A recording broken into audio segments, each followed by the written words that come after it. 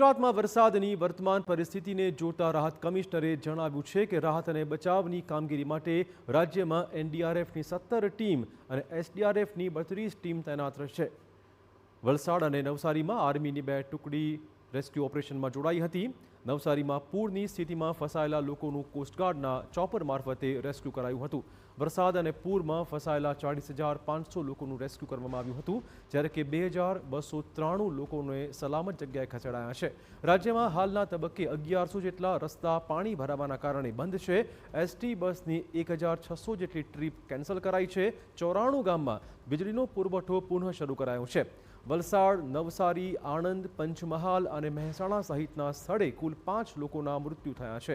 રાહત કમિશનરે કહ્યું છે કે સરકાર દ્વારા કેશ ડોલ્સ માટે ₹40 કરોડની રકમ મંજૂર કરાઈ છે, જે બચાવ કામગીરી પરિપૂર્ણ થયા બાદ અસરગ્રસ્તોને આપવામાં આવશે। ટોટલ 40,500 જેટલા લોકોને આપણે શિફ્ટ કરી ચૂક્યા છીએ, સલામત સ્થળે સ્થળાંતર કરી ચૂક્યા છીએ અને 2,637 જેટલા લોકોને આપણે રેસ્ક્યુ કરી ચૂક્યા છીએ।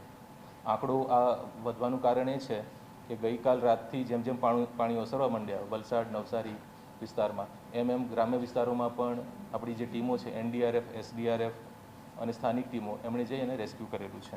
એ ઉપરાંત નવસારીમાં કોસ્ટગાર્ડના ચોપર મારફતે પણ જે અગરિયા હોય અને જે ઝીંગા તળાવમાં કામ કરતા હોય એવા જે વ્યક્તિઓ છે એમનું પણ ત્યાંથી સ્થળાંતર।